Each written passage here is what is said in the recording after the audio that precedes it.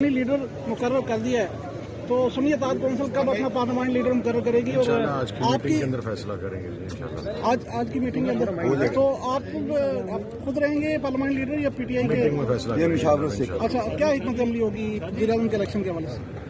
डाकुओं के लिए क्या हिकमत अमली हो सकती है मेरा भाई? वही जो गुज़श्ता 2 रोज है। वो तो आप इस असेंबली में आ रहे हैं, बैठ भी रहे हैं और फिर उसके बाद वैलिडेट भी कर रहे हैं। तो आप कहते हैं तो मैं असेंबली से छोड़ के चला जाता हूँ, फिर आप ये कहेंगे कि असेंबली छोड़ी क्यों है? अच्छा, पार्लिमानी पार्टी का इजलास अंदर चल रहा है, आप लेट हो गए काफी, क्या भैया लेट बंदा हो ही जाता है, लेकिन वो लेट फॉर बैड पर्पज नहीं है, फॉर गुड पर्पज है। शेख साहब की जो नामजदगी है उसको काफी तनकीद का निशाना बनाया जा रहा है। मेरे ख्याल से बलूचिस्तान के तनाजुर में देखना चाहिए हमें। बहुत सारे रिजर्वेशंस लोगों की हैं सामने, लेकिन हमने सिर्फ चूंकि किसी भी बड़ी आईनी सीट के लिए अभी तक बलूचिस्तान से कोई नामजदगी नहीं हुई, तो हमने बलूचिस्तान की सूरत को मद्देनजर रखते हुए उस इलाके की और सूबे की महरूमी को दूर करने के लिए उनकी नॉमिनेशन की। काफी अरकान की तजवीज़ है कि वज़ीर-ए-आज़म के इलेक्शन का ये बाइकआउट करना चाहिए, आप क्या समझते हैं?